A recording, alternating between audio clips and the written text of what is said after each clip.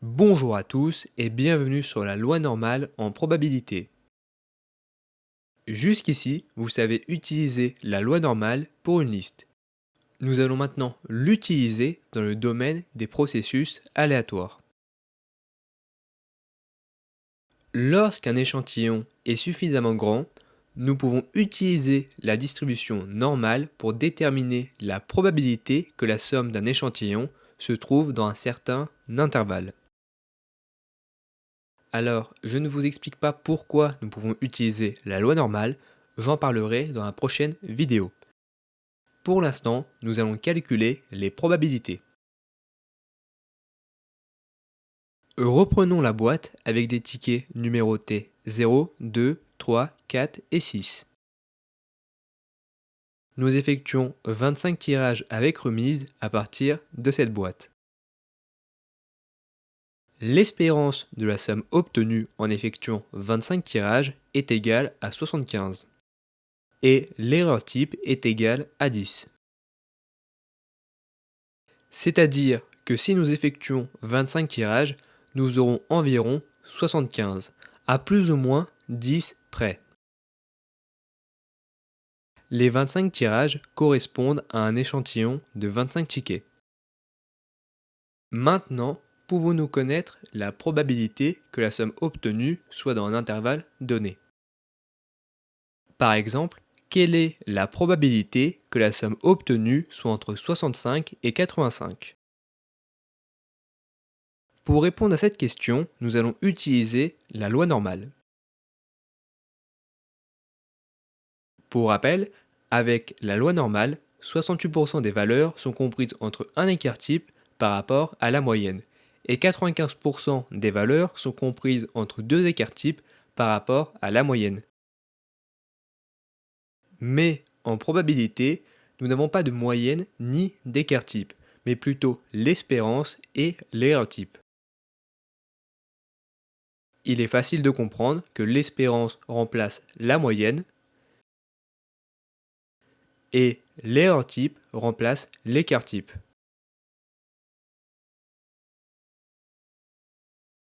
« 68% des valeurs sont comprises entre un erreur type par rapport à l'espérance et 95% des valeurs sont comprises entre deux erreurs types par rapport à l'espérance. Ce que je viens d'affirmer est faux et c'est une erreur qui arrive très souvent. Quand nous utilisons l'erreur type, nous ne travaillons pas avec des listes, mais avec des échantillons. D'où l'intérêt de calculer l'erreur type, car d'un échantillon à un autre, la valeur varie. Donc, il est faux d'affirmer que 68% des valeurs sont comprises entre un erreur type par rapport à l'espérance, car ce ne sont pas des valeurs, mais des échantillons. Nous devrions plutôt dire que 68% des échantillons sont compris entre un erreur type par rapport à l'espérance et 95% des échantillons sont compris entre deux erreurs types par rapport à l'espérance. L'interprétation n'est pas la même. Pour bien comprendre la différence, considérons une liste de nombres qui suit la loi normale. La moyenne est égale à 175 et l'écart type est égal à 5. Une liste de nombres qui suit la loi normale signifie que 68% des valeurs dans la liste ont une valeur comprise entre 170 et 180 et 95% des valeurs dans la liste ont une valeur comprise entre 165 et 185. Nous pouvons aussi dire que la probabilité qu'une valeur soit comprise entre 170 et 180 est de 68%. Mais maintenant, si nous utilisons l'espérance et l'erreur type, nous sommes avec un échantillon, ou un nombre de tirages dans une boîte. Avec une espérance égale à 175 et une erreur type égale à 5, cela signifie que 68% des échantillons aléatoires auront une somme entre 170 et 180 et 95% des échantillons aléatoires auront une somme entre 165 et 185. Et nous pouvons aussi dire que la probabilité que la somme d'un échantillon soit comprise entre 170 et 180 est de 68%.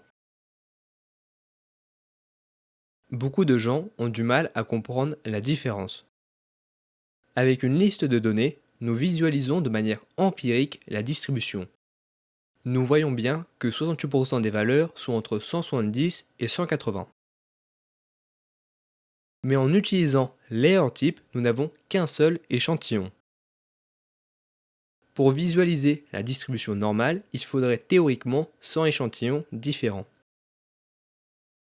68 échantillons auront une somme entre 70 et 180, et 95 échantillons auront une somme entre 65 et 185. Quand nous utilisons la loi normale avec la moyenne et l'écart type, nous nous référons à une liste de données. Cela peut être un échantillon ou une population. Dans ce contexte, l'écart type mesure la variabilité dans cette liste de données. Mais quand nous utilisons la loi normale avec l'espérance et l'erreur type, nous parlons d'échantillons. Dans ce contexte, l'erreur type mesure la variabilité entre différents échantillons, soit comment les échantillons varient par rapport à la population. Prenons un dernier exemple. Reprenons la boîte avec les tickets qui contient 0, 2, 3, 4 et 6. L'espérance de la somme obtenue en effectuant 25 tirages est égale à 75. L'erreur type est égale à 10. Quelle est la probabilité que la somme d'un échantillon soit comprise entre 50 et 100? Nous considérons que la distribution des échantillons suit la loi normale. Pour répondre à cette question, nous allons utiliser le Z-score pour savoir de combien d'erreurs type la valeur 50 diffère de l'espérance. La formule du Z-score est égale à x moins l'espérance, le tout divisé par l'erreur type. Nous faisons 50 moins 75, le tout divisé par 10, ce qui nous fait moins 2,5. C'est-à-dire que 50 se situe à moins 2,5 erreurs type de l'espérance. Il suffit d'utiliser la table statistique pour connaître la probabilité.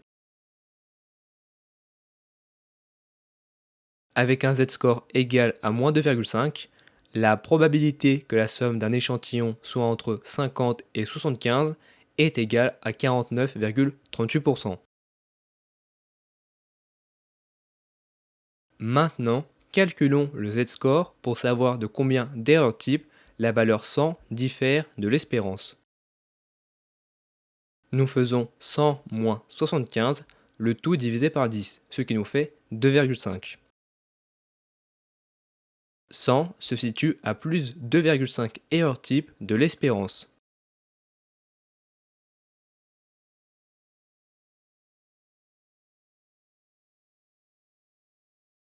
Avec un z-score égal à 2,5, la probabilité que la somme d'un échantillon soit entre 100 et 75 est égale à 49,38%.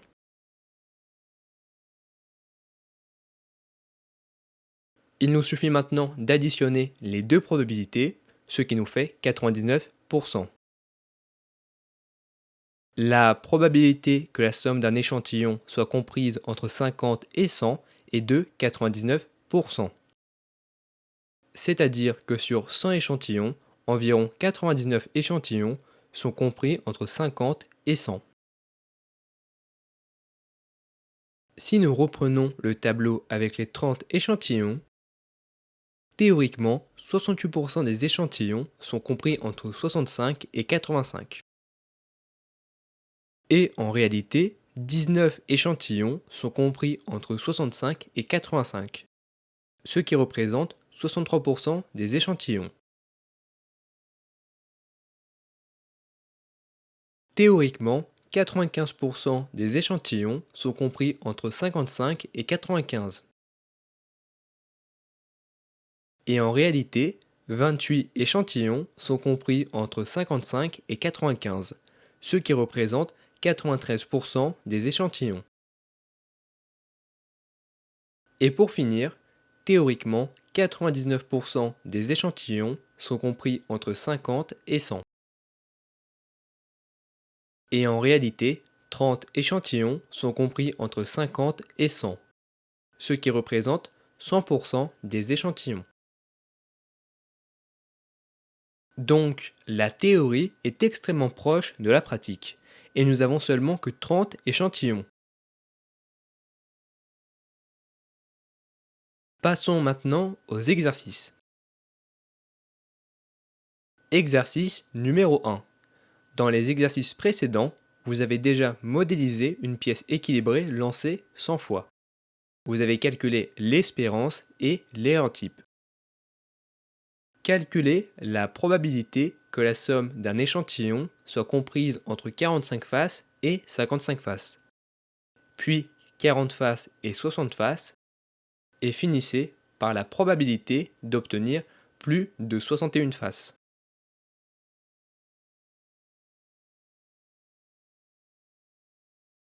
Lancer une pièce 100 fois est comme piocher 100 fois avec remise à partir de cette boîte. Le nombre de faces espérées est d'environ 50, à plus ou moins 5 près. Pour calculer l'intervalle 45-55, nous calculons le z-score. Pour savoir de combien d'erreurs type la valeur 45 diffère de l'espérance. Nous faisons 45 moins 50, le tout divisé par 5, ce qui nous fait moins 1. 45 se situe à moins 1 erreur type de l'espérance. Et 55 se situe à plus 1 erreur type de l'espérance, car la loi normale est symétrique en sa moyenne. Donc, 68% des échantillons aléatoires sont compris entre 45 faces et 55 faces. Ou on peut aussi dire que la probabilité qu'un échantillon aléatoire soit compris entre 45 faces et 55 faces est de 68%. Pour l'intervalle 40-60, nous calculons le z-score pour savoir de combien d'erreurs type la valeur 40 diffère de l'espérance. Nous faisons 40 moins 50, le tout divisé par 5, ce qui nous fait moins 2. 40 se situe à moins 2 erreurs type de l'espérance. Et 60 se situe à plus 2 erreurs type de l'espérance. Nous le savons car la loi normale est symétrique en sa moyenne. Donc 95% des échantillons aléatoires sont compris entre 40 et 60 faces. Ou on peut aussi dire que la probabilité qu'un échantillon aléatoire soit compris entre 40 et 60 faces est de 95%. Pour l'intervalle supérieur à 61, nous calculons le z-score pour savoir de combien d'erreurs type la valeur 61 diffère de l'espérance. Nous faisons 61 moins 50, le tout divisé par 5, ce qui nous fait 2,2. 61 se situe à plus 2,2 erreurs type de l'espérance.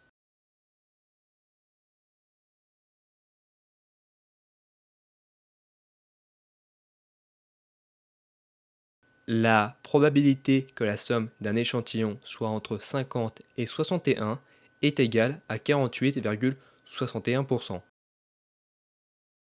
Alors, attention, nous voulons la probabilité que la somme d'un échantillon soit supérieure à 61.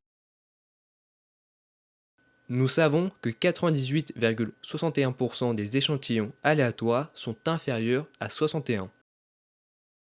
Ce qui veut dire que 1,39% sont supérieurs à 61. La probabilité qu'un échantillon aléatoire soit supérieur à 61 faces est égale à 1,39%. Pour comprendre l'interprétation des erreurs types, j'ai fait une simulation avec Python, où j'ai effectué 100 échantillons, 1000 échantillons et 10 000 échantillons, de 100 tirages à partir de cette boîte. Avec 100 échantillons aléatoires, la distribution ne suit pas la distribution normale. Alors, vous pouvez penser qu'il n'est pas correct d'utiliser la loi normale pour calculer les probabilités. Mais pas si vite, car avec 1000 échantillons aléatoires, la distribution suit la loi normale. Alors, il y a toujours de la variabilité, qu'on peut aussi appeler le bruit, mais la distribution se rapproche de la loi normale. Et avec 10 000 échantillons aléatoires, nul doute, la distribution suit bien une distribution normale avec pour espérance 50 et un erreur type égal à 5. Nous pouvons aussi visualiser la distribution théorique d'un pile ou face avec la loi binomiale. Nous calculons toutes les probabilités entre 0 et 100 d'obtenir face. Nous remarquons que la distribution suit parfaitement la loi normale. Donc, utiliser la loi normale pour calculer les probabilités est parfaitement légitime. Passons à l'exercice suivant. Exercice numéro 2. Un dé à 6 faces est lancé 60 fois. Calculez l'espérance de la somme obtenue ainsi que l'erreur type et la probabilité que la somme d'un échantillon soit comprise entre 200 et 220.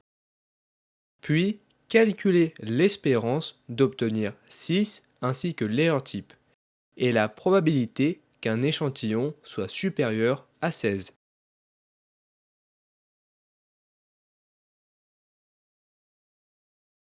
Modélisons ce processus aléatoire à l'aide d'une boîte. La boîte contient les tickets 1, 2, 3, 4, 5 et 6.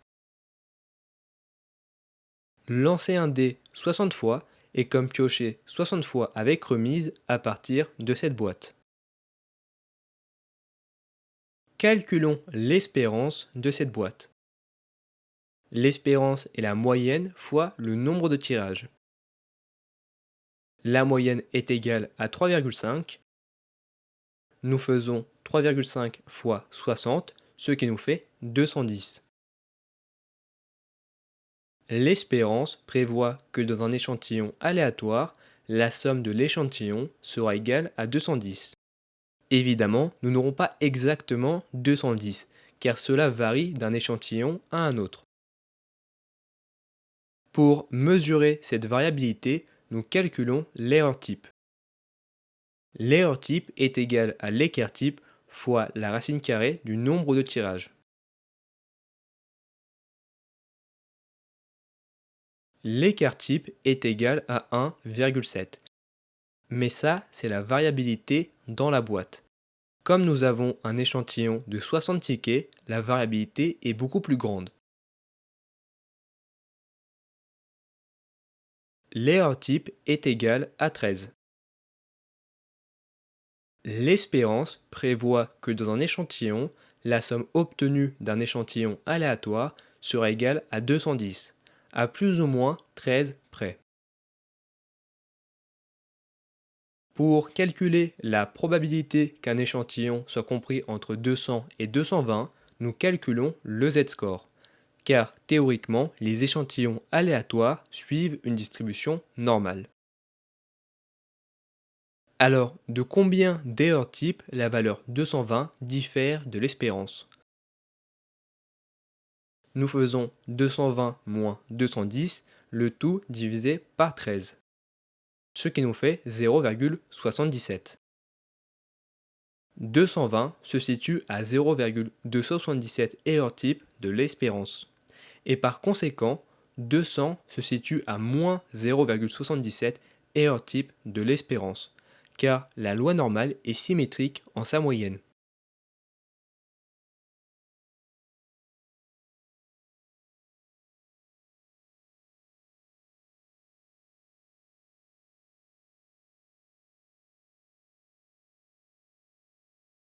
« 56% des échantillons aléatoires sont compris entre 200 et 220. La probabilité qu'un échantillon aléatoire soit compris entre 200 et 220 est de 56%. La deuxième partie de l'exercice est de calculer l'espérance d'obtenir 6. En d'autres termes, sur 60 lancés, combien de 6 sommes-nous censés avoir? Pour répondre à cette question, il faut changer la boîte. Nous ne cherchons plus la somme d'un échantillon, mais le nombre de fois qu'un ticket apparaît. Nous transformons cette boîte en une classification binaire où il y a deux valeurs possibles. Soit nous avons 6, soit nous n'avons pas 6. Donc 1 représente la variable qui nous intéresse, c'est-à-dire le chiffre 6, et 0 représente les variables ou la variable qui ne nous intéresse pas, c'est-à-dire 1, 2, 3, 4 et 5. Lancer un dé 60 fois et compter le nombre de 6 est comme piocher 60 fois avec remise à partir de cette boîte et compter le nombre de 1. Calculons l'espérance.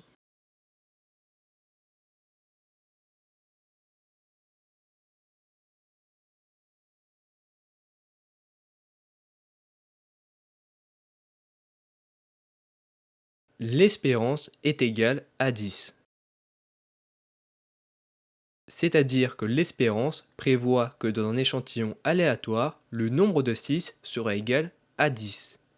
Évidemment, nous n'aurons pas exactement 10, car cela varie d'un échantillon à un autre. Pour calculer la variabilité, nous calculons l'erreur type.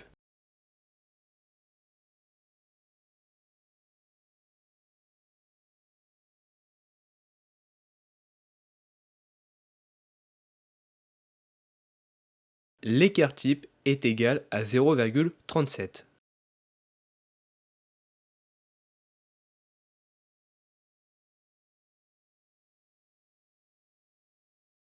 L'erreur type est égale à 2,86, que nous pouvons arrondir à 3. Donc l'espérance prévoit que dans un échantillon aléatoire, le nombre de 6 sera égal à 10, à plus ou moins 3 près. Pour calculer la probabilité qu'un échantillon aléatoire soit supérieur à 16,6, nous calculons le z-score, car théoriquement, les échantillons aléatoires suivent une distribution normale. De combien d'erreurs type la valeur 16 diffère de l'espérance?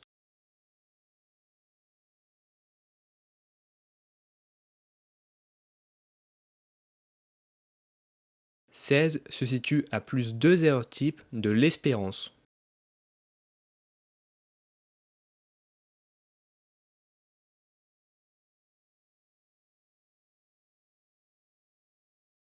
« 47,72% des échantillons aléatoires sont compris entre l'espérance et 2 erreurs type, soit entre 10 et 16. «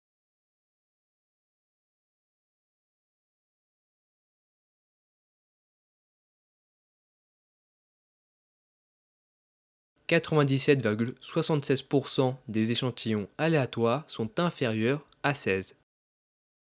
C'est-à-dire que 2,24% des échantillons aléatoires sont supérieurs à 16. Ou on peut aussi dire la probabilité qu'un échantillon aléatoire soit supérieur à 16 est de 2,24%.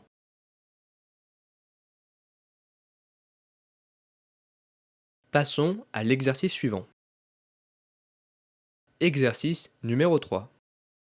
Dans un casino, chaque joueur mise 1 euro sur le rouge à chaque partie d'une roulette. Sur un mois, il y a un total de 10 000 parties indépendantes. Quelle est la probabilité que le casino gagne plus de 250 euros au total sur ces 10 000 parties de roulette?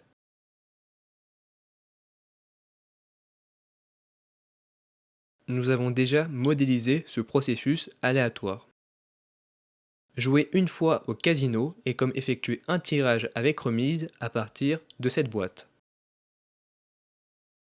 Cependant, nous ne cherchons pas la probabilité d'un joueur, mais bien du casino, Donc, il faut inverser la boîte. Si un joueur mise sur le rouge, la probabilité que le casino gagne est de 20 sur 38. Donc, la boîte est 20 tickets pour plus 1 et 18 tickets pour moins 1. L'espérance est maintenant positive, elle est égale à 0,05. Donc l'espérance prévoit que sur une partie, le casino devrait gagner 5 centimes. Avec 10 000 parties, l'espérance est égale à 0,05 fois 10 000, ce qui nous fait 500. L'espérance prévoit que sur 10 000 parties, le casino devrait gagner 500 euros. Évidemment, le casino ne gagnera pas exactement 500 euros, car cela varie d'une partie à une autre. Pour mesurer cette variabilité, nous calculons l'erreur type. L'écart type est égal à 1.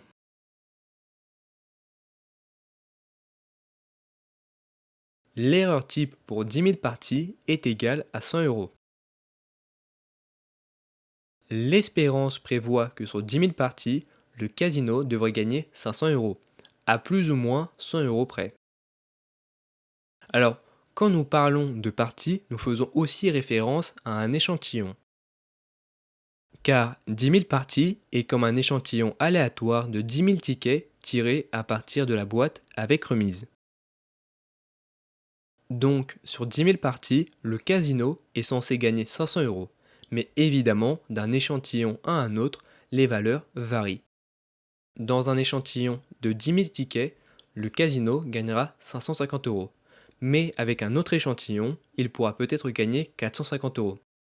Mais on sait qu'il gagnera autour de 500 euros, à plus ou moins 100 euros près. Comme les échantillons sont aléatoires et que l'échantillon est grand, la distribution des échantillons suit théoriquement la loi normale.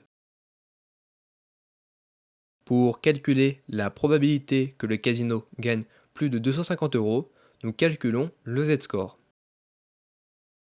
De combien d'erreurs type la valeur 250 diffère de l'espérance?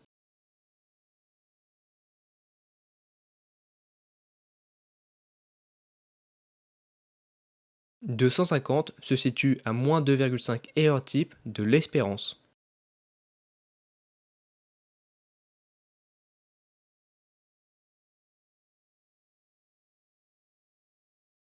« 49,38% des échantillons aléatoires sont compris entre 250 et 500.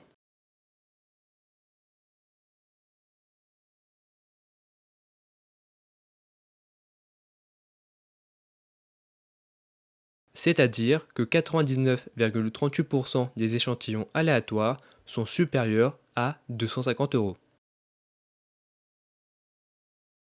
La probabilité que le casino gagne plus de 250 euros est de 99,38%.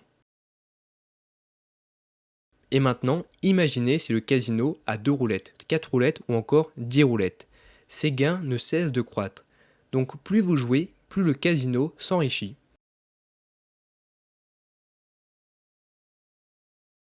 Passons à l'exercice suivant. Exercice numéro 4. Dans un casino, chaque joueur mise 1 euro sur le set à chaque partie d'une roulette. Sur un mois, il y a un total de 40 000 parties indépendantes. Quelle est la probabilité que le casino gagne plus de 1000 euros au total sur ces 40 000 parties?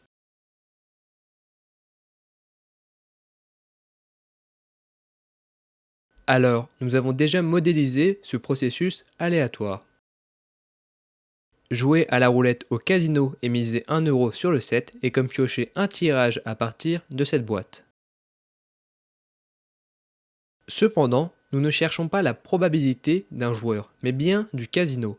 Il faut donc inverser la boîte. Si un joueur mise sur le 7, la probabilité que le casino gagne est de 37 sur 38. Donc la boîte contient 37 tickets plus 1 et 1 ticket moins 35. l'espérance est égale à 0,05.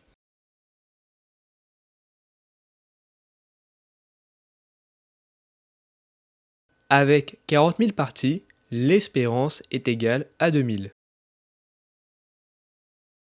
L'espérance prévoit que sur 40 000 parties, le casino devrait gagner 2000 euros. Évidemment, le casino ne gagnera pas exactement 2000 euros, car cela varie d'une partie à une autre. Pour mesurer cette variabilité, nous calculons l'erreur type. L'écart type est égal à 5,7.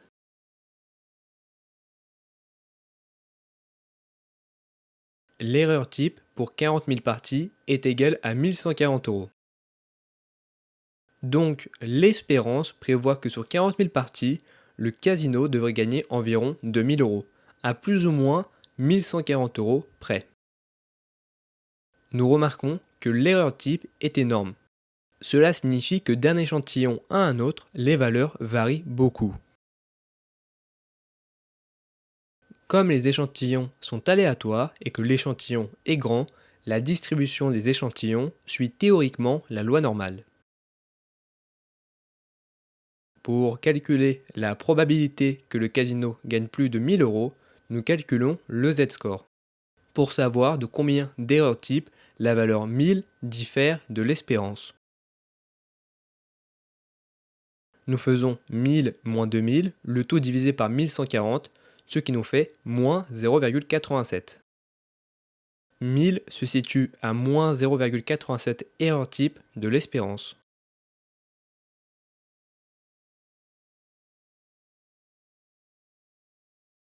« 30,78% des échantillons aléatoires sont compris entre 1000 et 2000 euros.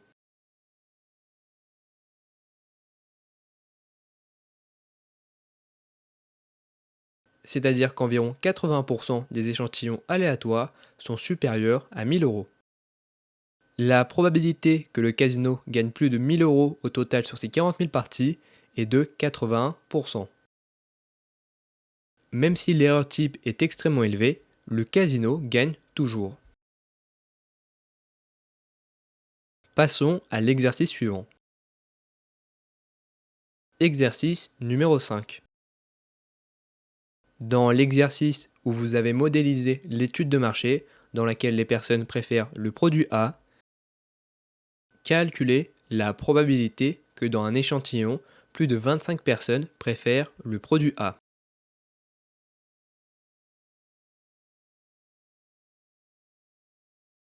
Dans la population, 400 personnes préfèrent le produit A et 600 personnes ne préfèrent pas le produit A.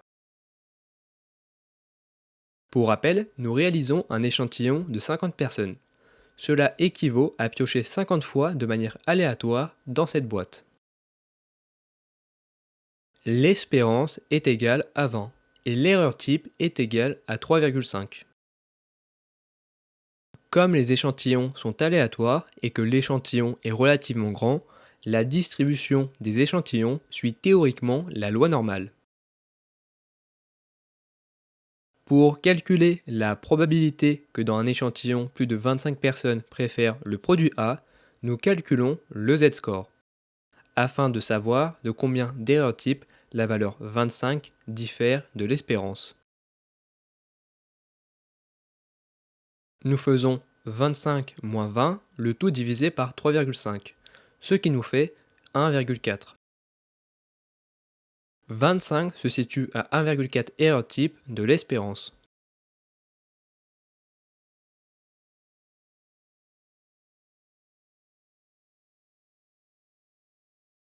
« 42% des échantillons aléatoires sont compris entre 20 et 25.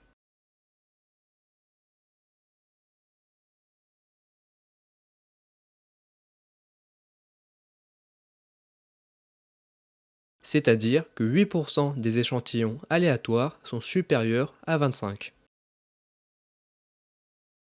La probabilité que dans un échantillon plus de 25 personnes préfèrent le produit A est de 8%.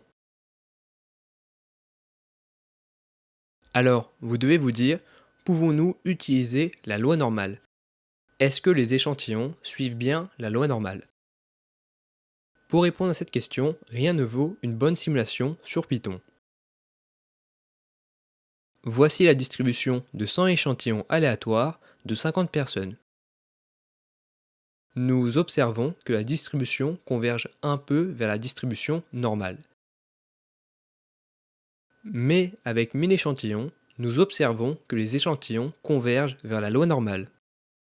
Et nous pouvons continuer avec 10 000 échantillons, 20 000, 30 000, etc. Les échantillons convergent toujours plus vers la loi normale. Et nous pouvons visualiser la distribution théorique de ce processus aléatoire. Nous calculons toutes les probabilités entre 0 et 50 d'obtenir des personnes préférant le produit A et nous observons que la distribution suit parfaitement la loi normale. Donc, utiliser la loi normale est parfaitement légitime. Passons à l'exercice suivant. Exercice numéro 6. Dans l'exercice où vous avez modélisé l'élection municipale où les candidats A et B s'affrontent, calculez la probabilité que dans un échantillon, plus de 80 personnes votent pour le candidat A.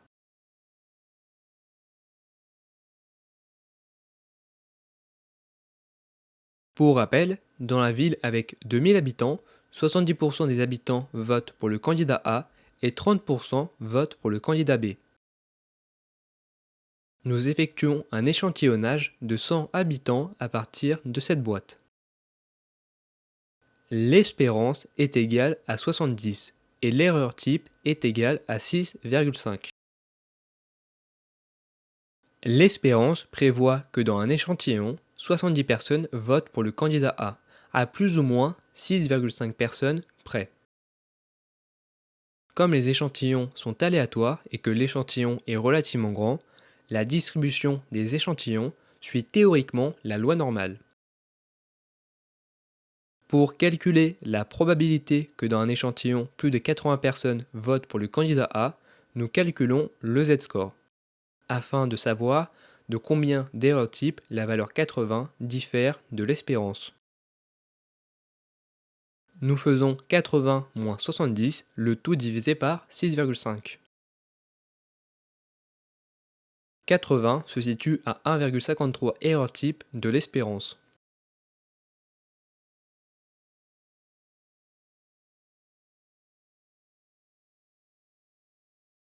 « 43,70% des échantillons aléatoires sont compris entre 70 et 80.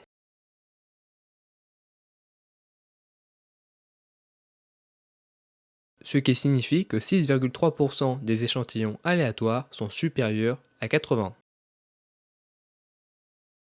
La probabilité que dans un échantillon plus de 80 personnes votent pour le candidat A est de 6,3%.